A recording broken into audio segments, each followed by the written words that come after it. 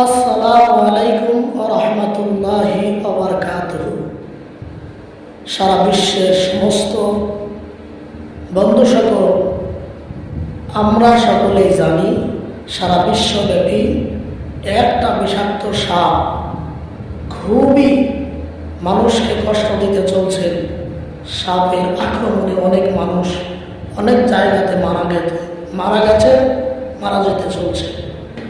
পৃথিবীর যত বড় বিষাক্ত সাপ হোক না কেন, তার আক্রমণ থেকে বাঁচার জন্য একটি আমল সকাল সন্ধ্যায় করতে হবে। সকালে 3 বার পড়তে হবে একটি দোয়া, আর সন্ধ্যায় একটি দোয়া 3 বার পড়তে হবে। এই আমলটা যদি করা যায়, পৃথিবীর কোনো বিষাক্ত জীবজন্তু না আপনাকে আক্রমণ করবে। দোয়াটি হচ্ছে এই: আউযু বিকালিমাতিল্লাহি